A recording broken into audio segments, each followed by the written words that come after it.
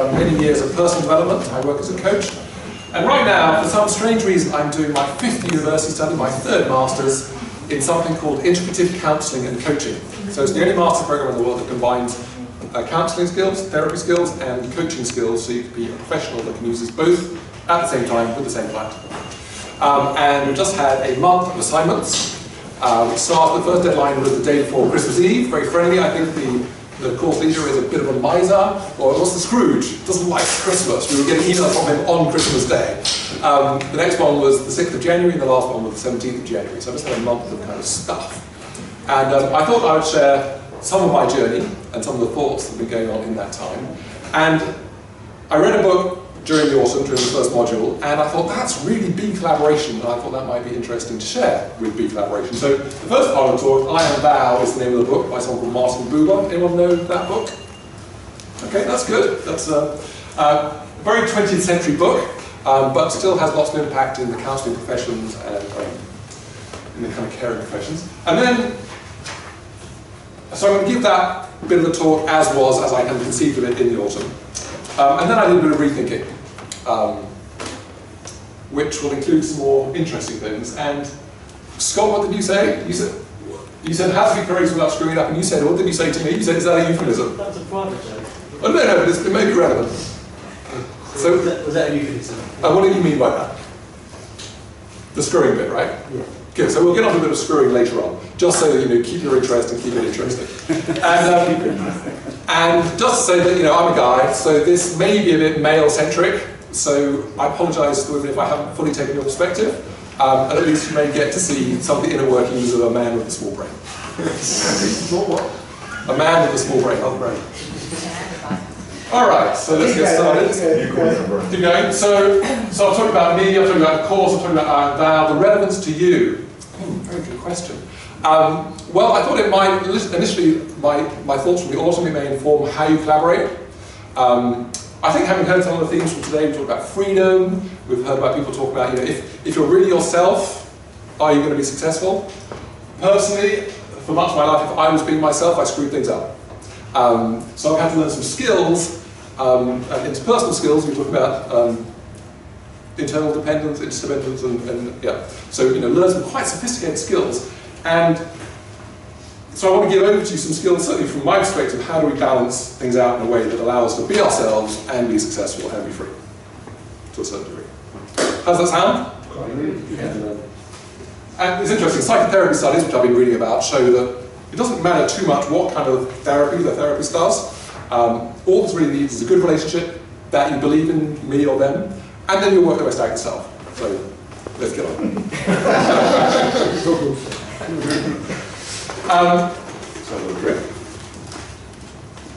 So Martin Buber's book, he was a philosopher, but from a kind of Jewish tradition. I'm not sure if he was a rabbi, but he was writing kind of in the sort of 1950s. So kind of post-Holocaust, sort of existentialism was in. He came up with two very simple distinctions. He said that we have two relations with the world. We have an I-it relationship, which is we relate to the world as objects. Human beings, we like to classify things, we like to use things. And an I-thou relationship, which I think is very B collaboration, the word B, that we relate to other people as beings. And he has quite a spiritual idea that somehow God permeates through human beings, that we can sort of be in this infinite, another being is infinite. So quite a simple idea, but quite difficult, I think, in relationships and when things get really sticky. We'll come back to this quote. Maybe we'll do this quote.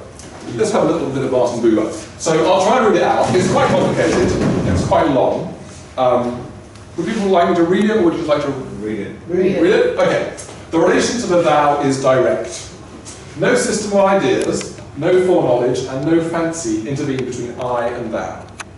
The memory itself is transformed as it plunges out of its isolation into the unity of the whole.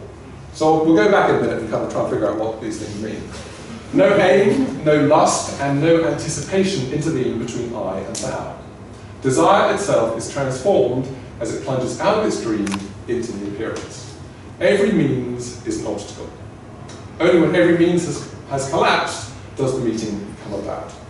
So when I read this, I thought, wow, this has been collaboration, this is amazing. So, and I'll give you the way that I read it, and then you can think about how you want to make it, what you want to make it. So, where's the laughter coming from? Slightly mad enthusiasm. So the relationship now is direct. Okay, so no system of ideas, no foreknowledge, no fancy interview between I and thou. So, you know, I did it in my personal relationships, I did it in my business relationships, particularly when things are beginning to go a bit wrong. You know, I come up with all these theories about other people and try to analyse them and try to figure it out. And they're always insufficient, and they always sort of have to disintegrate, ultimately. And then the memory itself is transformed as it plunges out of its isolation into the unity of the whole. So again, you know, you come to somebody with some preconception of who they are, you think you know them. But again, I always find my concepts are always limited or insufficient to actually sort of, you know, I'm always surprised by the being that's in front of me, so they always collapse at some level. And then no aim, no lust, and no anticipation intervening between the I and thou. So, you know, so you'll see this a bit later on, but I was in a long-term relationship on a personal front for about 17 years, and I've been out of that relationship for a year and a quarter. And so I have been doing some dating and that kind of stuff, so I am interested in lust and those other things, but this tells me that no aim, no lust, and no anticipation intervening between I and thou. So, you know, if you come to a relationship with a particular objective, and you want to pursue that objective, that's not an I-thou relationship, that's an I kind of it relationship.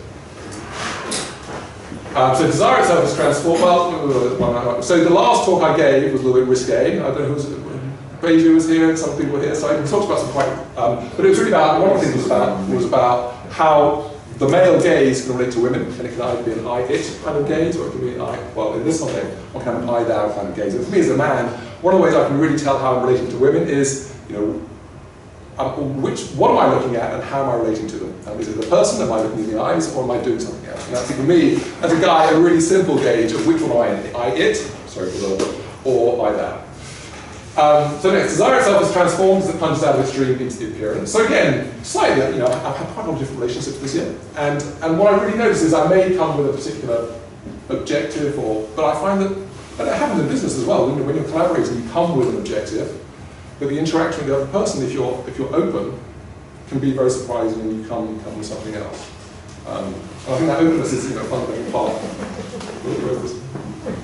Beiju? Sorry, I'm just a bit grown up for your pages, that's all. No, I'm hoping, Beiju, when I was writing this, because I gave this talk, the Know We Know, a while back, and, you know, I like the boys in the audience, I like to be called on the inauthenticities in my own, but we'll get to that in a minute. But if Beiju's got there first, I'm looking forward to hearing, but we'll hold off for a moment. So every means is an obstacle. Only when every means is collapsed does the meeting come about. So this idea of, you know, being with somebody else and being with the surprise and seeing what's going to turn out from that. What were you thinking, Beiju? What you were thinking. What was I thinking, Beiju?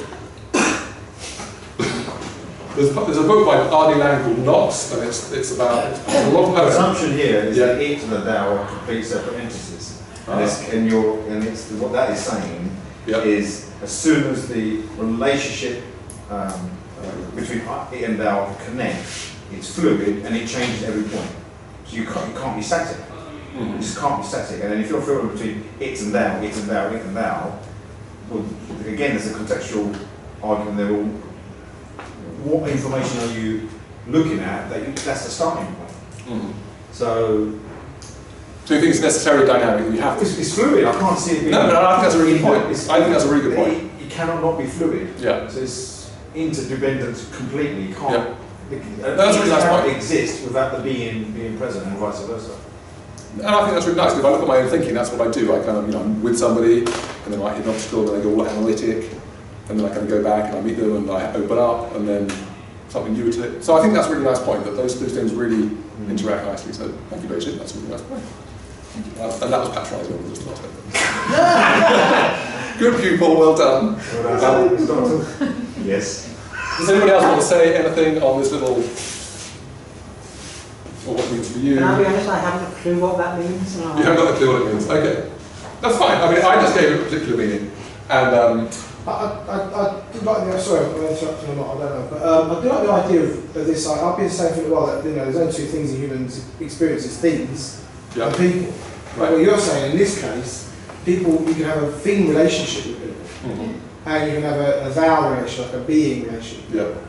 And then there's things as well. So but this is about people, isn't it? Well, it's about both. It's about both. You can have that. You can have that it relationship with people, like are they what is a human being for a human being? Generally, it's like, well, what can I get out of this? Who can I? And I don't mean just there's the lust stuff, but there's a lot of the other stuff. Here's my card. Do you know anybody? Can I connect? And that, from what I could get, is a lot of scarcity in how we relate to each other. Like, I've got to get something out of this, otherwise I'm wasting my time. If you fundamentally look at the nth degree of a corporate culture, it's all it. Right. Yeah. It's all about it. What do you represent here? You're the admin, you're the boss, you're this. It's your function. You function, get paid, and jog on. Yeah. And then when you start introducing the being thing, hang on. Yeah. No, definitely. And actually, this book, even though written in the 1950s, actually talks about that. There's a part 2 of it. It's very much about the kind of culture and organisations and capitalism is very much an I-it kind of culture. And that's why there's a breakdown there, because it can't exist in mutually exclusive. And that's why there's conflict. Bring the being into corporate. How can we? What a job to do. Anyway, move on. I just asked a question. Is it not possible that we can just bring an I and thou approach to everything, including objects? And I wouldn't only suggest human beings. My neighbour is a horse. And the I and thou relationship I have with him is probably stronger than the one I have with my fiance. If that is present, the same with the comfort with the floor, with wherever I am, I'm present. So maybe it's not that difficult. No, he does talk about that as well. That you have that spiritual relation where if it's a tree, you see the tree in its entirety, rather than breaking into parts. And so, absolutely, so that form of appreciation. Certainly, there's that relationship with a child with the comfort blanket. It's more than just an object, is it? A relationship. It's comfort teddy bear or. That's very interesting, actually. There's a slide later on, and we'll substitute the teddy bear for one of the images, and we'll come back to it. That's right. Okay, and we're off where we've got very little time. So let's move on. Anything else urgent? Okay, so for me, one of the tests of which where is one with an I-it or an I-thou with a human being is where do I go when I get really frustrated? Where do I go when the other person does something that I really don't like? And do I go to fight or flight? Do I try and, I think Colin, you were talking about being forceful before. Do I try and force my agenda, or do I just say, okay, I'm out of here? Which for me is like, there's the objective, it comes first. And they or the relationship is sort of secondary. So that for me is a good indicator. Another indicator is, which I think is quite free collaboration, is that when we're in a fairly simplistic mode, or quite simplistic goal-oriented, we can think, well, this is what I want, and I have an idea of how to get there, and that's the only possible way we can go. We're quite narrow in our conceptuals. Whereas when one gets into creativity and what I call generativity, the space of, it's the classic about how many potential moves there are in a game of chess. It's very simple. There are 32 pieces and 8 times 8 squares, but the possible number of chess games and space of possible chess moves is apparently more than the atoms in the universe. So that we can, the human mind can or we think about the infinite space of sentences, that we are very creative. And if we get into creative problem solving, although we might start with 2 sets of objectives, we can very quickly come with new and interesting and novel solutions to whatever it is that both of us want. So it's simple stuff, but I think the I-it is this fairly focused, and the I-thou opens up this space of collaboration and possibility. Was that all really obvious? I think it was a bit. Was it with me? Okay, good. And again, this happens in both in personal and business. So right now, I'm creating an organisation that does resilience training for doctors, and I have a number of key partners, and handling those relationships is always really fiddly at a certain level. But keeping the relationship first, as opposed to a particular issue, and staying out of fight or flight seems to be a key to keeping things rolling. Any brief comments on that? Okay, I've had a good year. So I said I came out of a relationship, and this is my birthday last August. I won't point too directly at anybody, but this is a very nice girl I met last Christmas, actually on Christmas Day, and she came to my sister's on Christmas Day, and it was really a lot of fun. And there's another girl I met, and I liked them both an awful lot. And there was lots of other nice people who turned up, and in many ways it was all the nice women that I met in the year came. It's fantastic, and I'm sorry to be so mono-focused in my conversation. What you might also notice is that between having met them and my birthday, they'd all found nice partners that came along too. And I was having a continuing fantastic collaborative relationship with all these ladies. They all love me, I love them, it's all really lovely, but there seemed to be something not quite right. Not that I didn't love the guys, I thank them for coming, it was all part of the space of collaborators, all really awesome.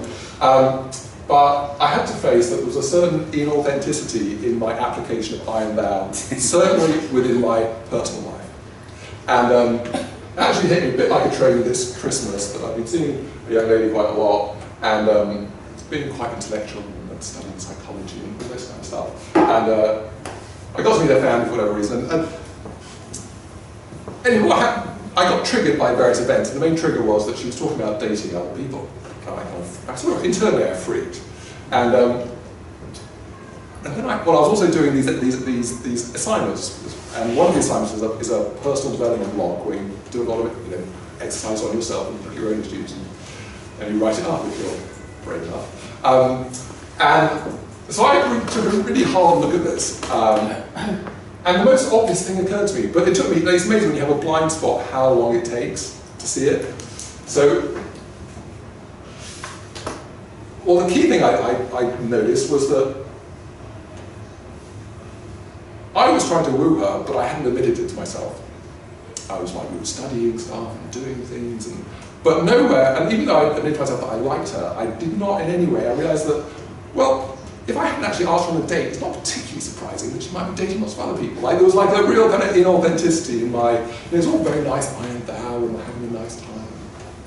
But there was no, I don't speak Spanish, but I have a neighbour who pretends he speaks Spanish, and I was at his Christmas party, says, grandes cajones, which I don't know what they mean, but I think, balls. Those balls, very important in life. And, so I came up with this idea that I and thou is nice, but a bit of courage might be a good thing too. So I needed to make some changes.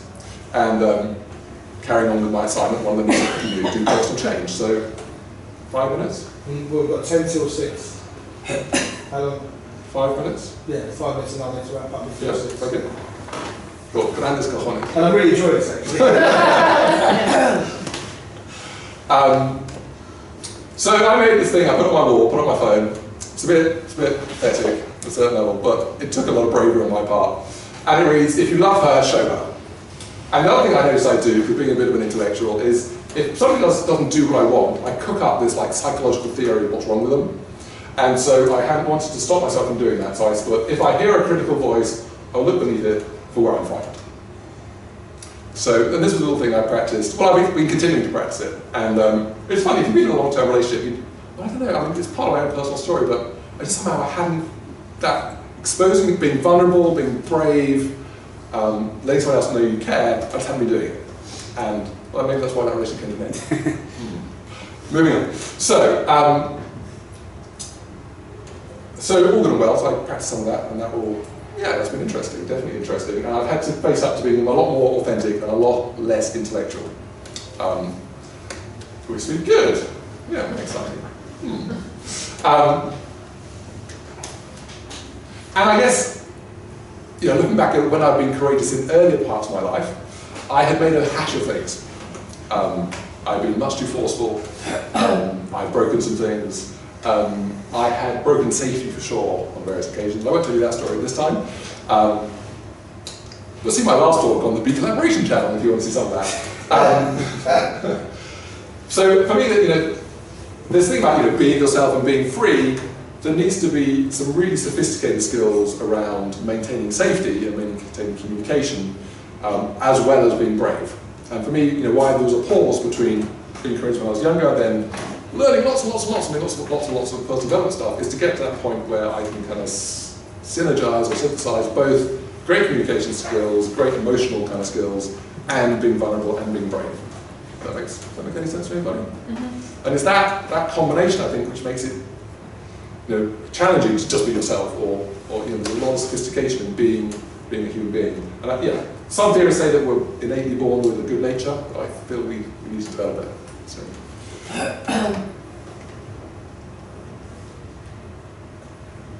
Yeah, so we kind of talked about this idea of balancing the I and thou with some cojones just to keep some direction and movement and engagement. Oh, and I'm missing a slide. Oh no. So there should be a slide, which I had stolen from my lecturer, which I actually asked him if I could borrow it, but it's not here. And the picture is two people talking, and one of them could be a teddy bear, and there's a big bubble around them. And the idea is, on the other picture is two people talking with a sort of arrow between them. So the transactional one is that you're talking directly and you're worried about your transaction and you're negotiating. But the I thou is the big bubble represents the relationship, and somehow holding the relationship first, while also having some cojones, is for me an ideal place to be, where there is both freedom, you can be yourself, and you might even get some positive results in life. And I think I've got a date on Thursday. Thank you very much. That's all about it. Just stay there, because we have committed to finish at 6, which gives us 7 minutes. If we